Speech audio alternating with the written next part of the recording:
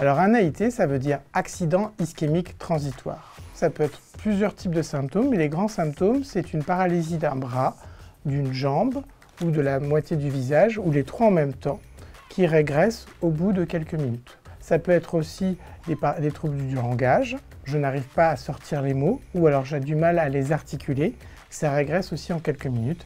Ça peut être aussi des troubles visuels d'un œil ou d'une partie du champ visuel.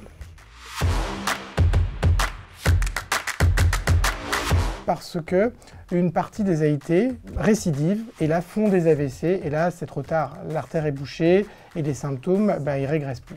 Alors, quand on a ces symptômes, il faut en fait appeler le 15 et le 15 pourra ou pas confirmer les symptômes d'un AIT et pourra vous diriger vers un centre adapté.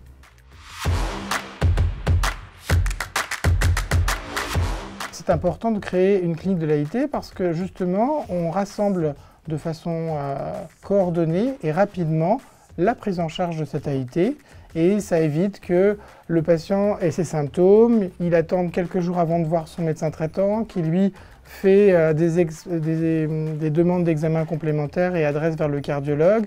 Ça prend des semaines voire des mois et il aura le temps de refaire un AVC justement et c'est ce qu'on veut éviter. Le patient qui a donc présenté les symptômes d'un AIT est orienté par un médecin, donc soit un médecin urgentiste, soit un médecin donc généraliste ou spécialiste. Et nous le prenons en charge rapidement pour lui faire une imagerie cérébrale, un examen des vaisseaux du cou, une prise de sang et un enregistrement du rythme cardiaque pour ensuite que le médecin neurovasculaire l'examine et mette en place un traitement préventif. Ces patients sont revus environ une semaine après la première venue pour compléter les examens qui permettent de rechercher la cause de l'AIT. Ensuite, nous les incluons dans un suivi neurologique rapproché pour éviter justement que ces patients aient un AVC par la suite.